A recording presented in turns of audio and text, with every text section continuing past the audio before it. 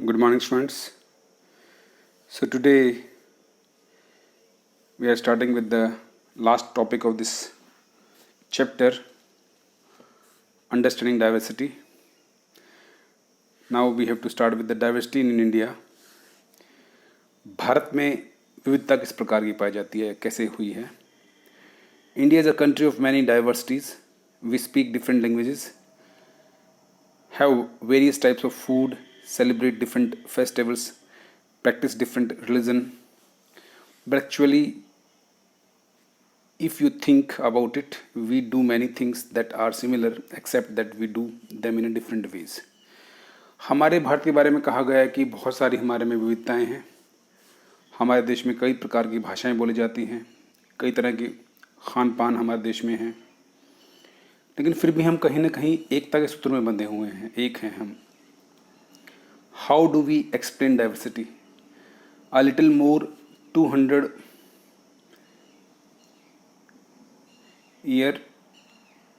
years ago, or long before the train, aeroplane, bus or car become a part of our lives, people travel from one part of the world to another in ships, on horses, on camel or on foot. ये बात 200 साल पहले की है, जब हमारे देश दुनिया में हवाई जहाज नहीं था, ट्रेन नहीं थी, बसेस और कार नहीं थे. उस ज़माने में लोग शिप्स के थ्रू एक जगह से दूसरी जगह जाते थे, या फिर घोड़ों पे या ऊँटों पे ट्रैवल करते थे. तो उस ज़माने में कैसे डाइवर्सिटीज़ हुई होंगी, ये सारी हमने यहाँ डिस्कस करनी है. You can see with the help of this table we have different ways in which people pray. कैसे कैसे पूजा की जाती हैं, कैसे कैसे लोग पूजाएं करते हैं. जैसे हमारे यहाँ थ्रू सिंगिंग है, कुछ लोग संगीत भजन गाते हैं, कुछ लोग दूसरी तरह से पूजा करते हैं. तो ये अलग अलग तरह से है. Different ways in which people get married, शादी के तरीके डिफरेंट हैं. आपने देखा होगा हिंदूज़ में फेरे लिए जाते हैं, मुस्लिम्स में शादी जो है अलग तरह से की जाती है. सिखों में फेरे लिए जाते हैं, लेकिन वो फेरे 4 ही होते हैं और वो गुरु ग्रंथ साहिब के चारों तरफ होते हैं, जबकि हिंदुओं में फेरे जो होते हैं वो अग्नि के चारों तरफ होते हैं. तो इस तरह से अलग अलग शादी के तरीके हैं. Different ways in which people greet each other, अलग अलग तरह से ग्रीट करते हैं. आपने डिस्कस किया था, हमने पहले भी डिस्कस किया इसको. कोई नमस्कार प्रणाम कहता है हिंदुओं में, सत श्री अकाल सिखों में कहा जाता है, अस्सलाम वालेकुम मुस्लिम्स में कहा जाता है, हेलो और गुड मॉर्निंग गुड इवनिंग ये जो है क्रिश्चियंस का है ये. तो इस तरह से ये चीज़ें हैं. अच्छा, जब पहले इस तरह से लोग आते जाते रहे, तो वो जब घोड़ों पे, ऊँटों पे और शिप्स में एक जगह से दूसरी जगह मूव करते थे, तो कई लोग नई जगहों पे जाके वहीं बस जाया करते थे, और बसने के बाद वहाँ की संस्कृति में मिल जाते थे. वहाँ पे आपस में रहना, उनसे बातें करना, तो उसका इम्पैक्ट पड़ता था. जैसे मान लीजिए आज हमारा देश है, हम रह रहे हैं यहाँ. अगर हमारे हरियाणा में इस इलाके में कुछ लोग साउथ के हों, यानी कि तमिलनाडु के लोग यहाँ पे आके बस जाएं 50-100 आदमी, तो डेफिनेटली कुछ दिनों बाद एक मिक्स कल्चर पैदा हो जाएगा. तमिलनाडु की कुछ चीज़ें हम अपनाना शुरू कर देंगे और कुछ वो चीज़ें हमारी अपनाना शुरू कर देंगे. तो इस तरह से एक नया ही कल्चर, मिक्स कल्चर शुरू हो जाएगा. जैसे साउथ में इडली डोसा होता है, वो हम खाना शुरू कर देंगे, या उधर के जो गीत संगीत हैं वो हम सुनना समझना पसंद कर देंगे, और वो लोग जो वहाँ आए हैं साउथ से, वो हमारी यहाँ की चीज़ों को अपनाना शुरू कर देंगे. तो इस तरह से एक नया कल्चर शुरू होगा. इस तरह से हम नज़दीक आए सभी, इस तरह से कल्चर्स बने नए नए. ये सारी बातें इसमें हैं. The history of many places shows us how many different cultures influence have help to shape life and culture there.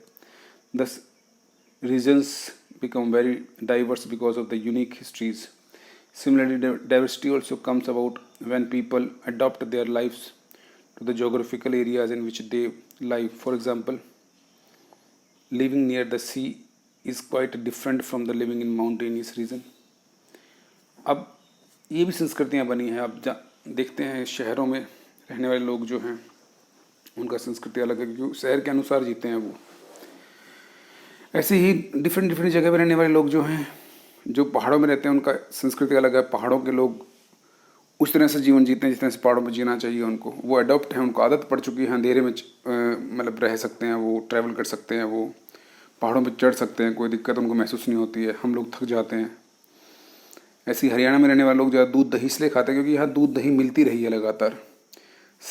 अगर आप जाते हैं बंगाल में मछली इसलिए खाई जाती है ज़्यादा, फिश लोग ज़्यादा खाते हैं क्योंकि वहाँ पे बंगाल जो है सी कोस्ट के साथ है और वहाँ नदियाँ काफ़ी पाई जाती हैं और इसलिए वहाँ के लोग डिपेंड हैं फ़िश के ऊपर, तो फ़िश ज़्यादा वहाँ मिलती है। तो इसका भी हमारी खान पान का हर चीज़ का इस पर डिपेंड करता है कि हम किस क्लाइमेट में, किस एटमॉस्फेयर में, किस इलाके में रहते हैं। ऐसे ही आपके पास एग्जाम्पल्स हैं, ये एग्जाम्पल आप पढ़ सकते हैं। Ladakh, we have example of Ladakh. Ladakh is a desert in mountain in the eastern part of Jammu and Kashmir. Very little agriculture is possible here, since this region does not receive any rain and is covered in snow for a large part of the year. There are very few trees that can grow in the region. For drinking water, people depends on melting snow during the summer months. People here keep sheep, and the sheep in this region are special because they produce pashmina wool. This wool is prized and pashmina shawl cost a lot of money. अब वहाँ के लोग जो हैं सूखे में रहने के आदी हैं, उधर बहुत गर्मी पड़ती है और बहुत कम बारिश होती है। वहाँ पानी के लिए उनको डिपेंड होना पड़ता है, बर्फ़ जो पिघलती है उस पानी से वो अपना गुजारा करते हैं। और वहाँ शिप बहुत ज़्यादा पाली जाती है क्योंकि उसके जो शिप है वहाँ के शिपों में जो ऊन होता है, रेशा होता है, उससे वो पश्मीना शाल बनाते हैं और वो बहुत महंगा बिकता है। वर्ल्ड फेमस है ये। तो इस तरह से यहाँ का कल्चर है। ये देख सकते हैं आप कैसे बनाया जा रहा है ये पश्मीना शाल। उसके अलावा हम देखते हैं केरला में। Kerala is a coastal region of our country south. Kerala is a state in the southwest corner of India. It is surrounded by the sea on one side and hills on the other side. A number of special species like pepper, clove, and cardamom are grown on the hills. It is spices that made this region an attractive places for traders. यहाँ पे बहुत तरह के मसाले मिलते हैं। Jews and Arab traders were the first to come here. The apostyle of Christ, Saint Thomas, is believed to have come here nearly 2000 years ago, and he is credited with bringing Christianity to India. Kerala में Christianity बहुत ज़्यादा है क्योंकि वहाँ पे बहुत पहले 2000 साल पहले क्रिश्चियंस लोग आज आए थे। और ये इलाका बहुत फेमस है मसालों के लिए, और दुनिया में मसाले बहुत ज़्यादा, आप जानते हैं, स्पाइसेस की बहुत डिमांड रही है। तो इस तरह से many Arab traders also come and settle down here. Ibn Battuta के बारे में आपने पढ़ा होगा क्लासेस में, नहीं पढ़ा है नेक्स्ट पढ़ेंगे आप। तो ट्रैवलर्स आए और इन इलाकों में बसे। क्यों बसे? क्योंकि ये उस ज़माने में शिप चलती थी। आज से 200, 300, 400 साल पहले, हज़ारों साल पहले शिप चलती रही हैं। तो शिप्स कोस्ट टू कोस्ट चलेगी, समुद्र के किनारे जो लोग पहुँचे वो जल्दी वहीं बस गए। तो इसलिए केरला में आपको ज़्यादा डेवलपमेंट मिलेगी, वहाँ के कई तरह के कल्चर मिलेंगे क्योंकि वहाँ पे बाहर के लोग बसे आए रहे, इसलिए वहाँ पे इन्फ्लुएंस भी धर्म का भी अलग पड़ा। वहाँ पे ज़्यादा आपको मुस्लिम मिलेंगे, ज़्यादा आपको क्रिश्चियन मिलेंगे क्योंकि वहाँ पे लोग आए वो बाहर के। ये सारा स्टोरी है। यूनिटी इन डाइवर्सिटी मतलब बार बार है कि हम अलग होते हुए भी एक हैं सारे। ये हम डिस्कस कर चुके हैं, मैंने आपको स्टोरी समझाई थी, ये पूरी पोएम, कि हमें एकता के सूत्र में रहना है, अपनी आज़ादी के दिनों को नहीं भूलना है, हमारे देशभक्तों ने जो हमारे लिए कुर्बानियाँ दी हैं उसको समझना है और एकता के सूत्र में रहते हुए आगे बढ़ना है। तो क्वेश्चन आंसर मैं भेज चुका हूँ पहले ही। You can write in your fair notebook. God bless you, have a nice day, thank you.